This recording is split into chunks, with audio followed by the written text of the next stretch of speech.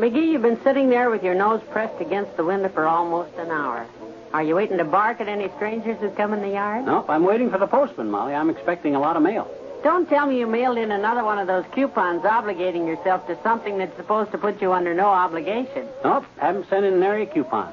It's a lot of personal letters I'm expecting. You know, letters written by people, things like that. But why would you be expecting that kind of mail? Because this is National Letter Writing Week, that's why. I've observed the occasion by writing a lot of letters to old friends, and naturally they'll retaliate. Well, I hope you aren't disappointed. You know how upset you get if your copy of The Open Road for Boys doesn't come on the day when you expect it. Don't worry, Molly, I'll get mail. Other people must be observing National Letter Writing Week just like I did. You think so? I'll probably get a pile of letters from old friends I'd almost forgot about. Aha, well, there's the postman, and good. he's coming up our front walk, so I guess we're getting something. Hot dog. Oh, boy. Looks like he's got a whole bunch of letters for us. You go out and get them, will you, Molly? I'm too excited. Okay, McGee, you just try to calm down. I'll see what we got. Okay. Boy, oh, boy, oh, boy. Maybe some of the old pals I wrote to have made good and are sending me money. That would be about the friendliest gesture I could think of. Well, it looks as if you were right, McGee. Oh? Several letters here addressed to you. Oh, boy, that's great. Open them up, Molly. My hands are shaking too bad. Well, now, the first one here is postmarked Philadelphia. Philadelphia. Can't imagine who that could be from. Must be from good old Sarge Blightwell. I wrote him earlier this week, striking up our friendship of 40 years ago. What does the old son of a gun have to say? Well, this letter isn't from him, dearie. Oh? It's from the Apex Ointment Company. Oh? They say they sent you 24 jars of salve in 1955 to sell door to door. Oh. And if you don't send them the money, they're going to put the case in the hands of their lawyer. Good gosh, that must be the stuff down in the fruit closet that's turned to concrete. Oh, well, I won't worry about that now. Who's the next letter from? Seems to be from the bank. Oh? They say you wrote a $43 check against a $21 balance. And the next one here is from the tax assessor. He says our property tax will be 38% higher this year. Gee willikers, aren't there any friendly personal letters there at all? Well, I'm down to the last one. Let's see here. Oh, it's from the president of that company you own stock in. He seems to be going into a long explanation of why there won't be any dividend declared this year. And that's all there is? Nobody else wrote to me in honor of National Letter Writing Week? I'm afraid not. What are you doing now, McGee? I'm getting ready to write a letter. But you told me you'd already written to everybody you know. I forgot one person. I'm writing to the guy who thought up National Letter Writing Week. And I'm telling him to mind his own dad-ratted business in the future.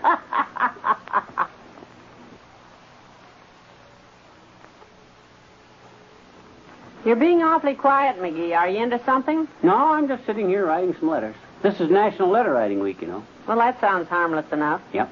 I'll be upstairs fumigating your blue suit if you want me for anything. Okay, kiddo. Just be careful you don't brush up against the knees of the pants. It wouldn't take much to wear them through. Okay, I'll be careful. Ah, there goes a good kid. Now, let's see, where was that? Oh, yeah. Dear Sarge, when we were mustered out in 1919, I told you I'd drop you a line to let you know how I was getting along.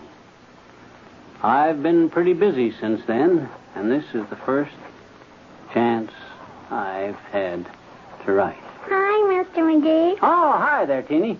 Well, what brings you flouncing through the flocks with felicitations this foggy Friday? Well, I saw you sitting there at the desk, and I said to myself, I bet that nice Mr. McGee has made a pan of fudge. And I bet he's sitting there waiting for it to harden. And I bet he'd let a nice little girl lick the spoon if she asked him. Well, I sure would if I was, but I'm not, Teeny. I'm sitting here writing a letter on account of this is National Letter Writing Week. Oh. Mm-hmm. I thought postmen were the only people who wrote letters. Oh, no. The postman writes all the letters we get at our house. No, that's just a childish misconstruction, Teeny. The postman doesn't write all the letters you get. He just delivers them. Oh. Mm-hmm. Well, and who writes them? Well, people like your grandma and your grandpa, and those of that ilk. Oh, no, they don't, I betcha. Oh, yes, they do. Oh, no, they don't. Oh, yes, they do. Oh, no, they don't. Oh, well, why do you say that? Because my grandma and my grandpa don't even know our postman. So how could they give him letters to deliver? Teeny, you just don't understand the ins and outs of the postal system. Your grandma and grandpa don't have to know your postman to get a letter delivered. They just got to drop the thing in the mailbox, that's all. Oh. But how can our postman get inside the mailbox to wait for it when he's so big and fat? Oh, now that's just a ridiculous question for which I can't think up a ridiculous enough answer. Now, you better run along now, Teeny. I got a lot more letters to write before letter writing week is over. Hey, Mr. McGee. Hmm? Would you write me a letter? Would you please? Just a short one? Would you? Okay. I guess I could do that. And would you say in the letter how much you like me and what a fine little girl I am? Sure. I'll lay it on thick. And then would you end it by saying, love, Mr. McGee? Yeah. That's as good a way as any, I guess. Oh, boy. I'm going to go right home and wait for the postman to bring it. I never got a love letter before.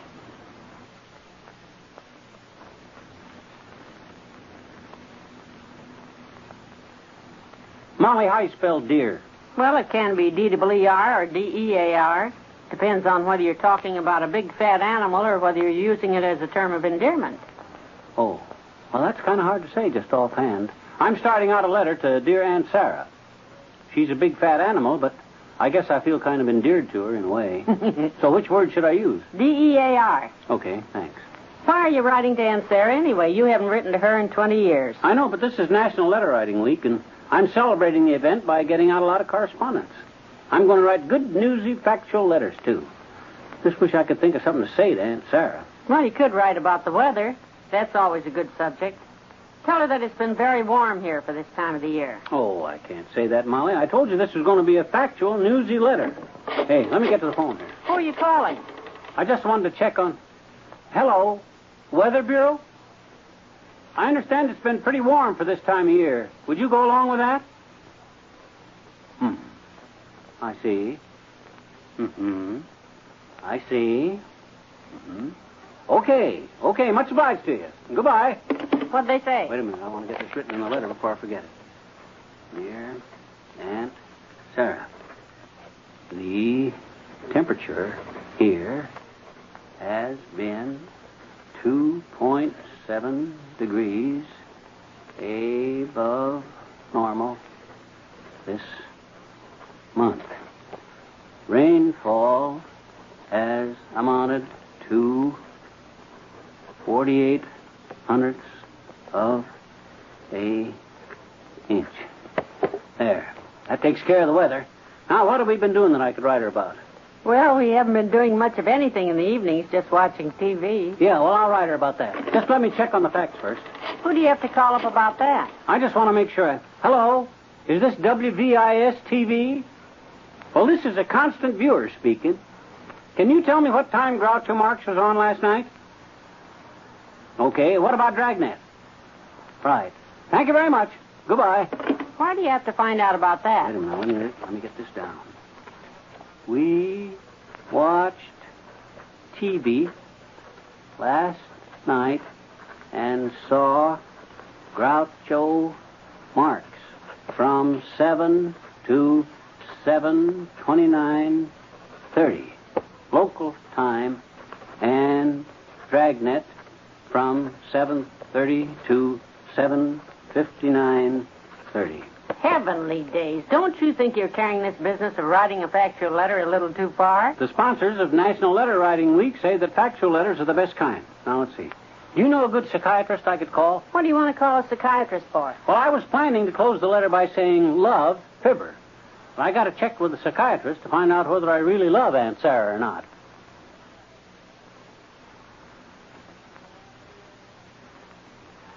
Dearie, I'll fix dinner early tonight so you won't miss any of the Mickey Mouse Club. No. I'm swearing off TV for this week, Molly. What? This is National Letter Writing Week, and I'm celebrating the event by writing notes to a whole bunch of old friends.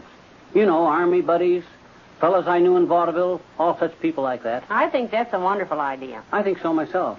Of course, I may be a little partial to it since I thought of it myself, but at any rate, I'm going to get started right now. Have we got some paper around the house? We should have. Did you look in the lower left-hand desk drawer? Yeah. Nothing in there but a subscription blank for the Literary Digest, stuffed blue jay, bunch of photographs of some kid's birthday party that we got back from the drugstore by mistake, 2 Indian head pennies, and half a pair of pearl gray spats. Well, look in the next drawer up, then. Okay. Yeah, here's some. Now, where's my fountain pen? Did you look in your coat pocket? No, where's my coat? You're wearing it. Oh, yeah. Oh, here's the pen, too. Now all I need is some ink. Where's that? In the same drawer where you got the paper. Oh. Should have told me that when I had it open before. I'm sorry. I didn't mean to cause you any extra work. Oh, that's okay. It'll just mean that I'll have to stay up a little later tonight to get the letters finished. Now, let's see. Who should I write the first one to? Well, how about that Sergeant Joe Daly who was with you in the Army? You haven't heard from him in years. Molly, I can't write to him. I owed him $5 since 1919. If he finds out where I live now, he'll start hounding me for it. Well, how about that man who had the train seal act in vaudeville? You and he were very close at one time. Oh, you mean Luther the Magnificent? I can't write to him.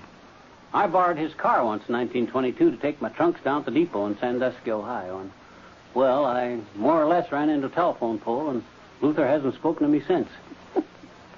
Well, maybe there are some relatives you could write to. I'll bet your Uncle Sycamore in Peoria would be awful glad to hear from you. Yeah, I'll bet he would, too. He's still trying to collect from me for accidentally burning down his barn in 1914.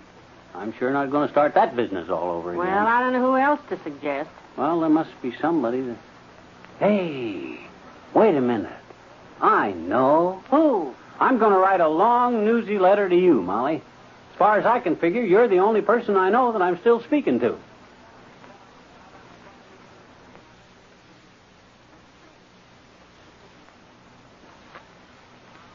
Molly, have we got a pencil sharpener any place in the house? Sure, there's one in the kitchen right next to the icebox.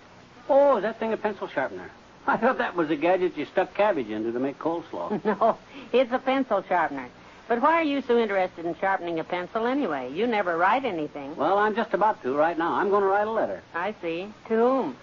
Oh, I don't know. That's besides the point anyway. The main thing is I write a letter to somebody. I just read in the paper where this is National Letter Writing Week, and I think it's put on to promote the sale of postage stamps or some such thing. All I know is that you're supposed to write letters this week. Well, all I ask is that you don't write one to your congressman. Oh? The last time you did that, the FBI came out to investigate you. Well, that was just because I worded the thing a little strong and included a few threats of bodily harm. What I'm going to write today is more of a friendly letter. I thought I might dash off a sociable note to Oddie Eckerly. Why in the world would you write a letter to him? You see him 2 or 3 times a day. Well, that's the whole point. Seeing him as often as I do, I wouldn't have any trouble checking on whether he got my letter. But, McGee, you're supposed to write letters to people you don't see very often. You know, someone who lives out of town. No, I don't know anybody out of town, except Khrushchev and Stan Musial and the Collector of Internal Revenue. Come to think of it, I don't know any of them either, except Musial.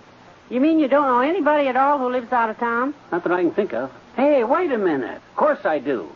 I'll write to my old friend Fred Nittany from Starved Rock, Illinois. You heard me speak of old Fred. Constantly. I don't know why I didn't think of him right off. Back in the old days, I and Fred were like brothers, you know. Yes, I think you've mentioned that fact before. Old Fred would have done anything for me. I remember one time we just closed a split week in Elmira, New York, and had to make a fast sleeper jump to Coos Bay, Oregon for a Sunday. Well, sir, we only had enough money for one train ticket, and you know what good old Fred did? He let you have the money. Yes, sir, and I've never... No, now wait a minute. In that particular case, Fred took the ticket money, and I had to work my way west as an itinerant Loganberry picker. But the fact remains... It certainly does. Good old Fred. We went through thick and thin together. Thick and thin what? Not thick and thin anything. That's just a figure of speech. Like the hand that holds the shovel digs the well, and old axioms of that type. I see. I don't think there's a thing in the world that old Fred and I wouldn't have done for each other, you know it? Old Fred would have looked on me as a brother if it wasn't for the fact that he was an only child. Friendship is a wonderful thing. Ah, yes. I and old Fred had it by the bucketful. You know, it's funny how we lost contact with each other. I wrote him once in 1928, and... Why, Dad, that's it. What? I wrote that guy in 1928, and you know he never answered my letter. Who does he think he is acting uppity and ignoring me like that? Gosh darn that Fred Nittany anyhow.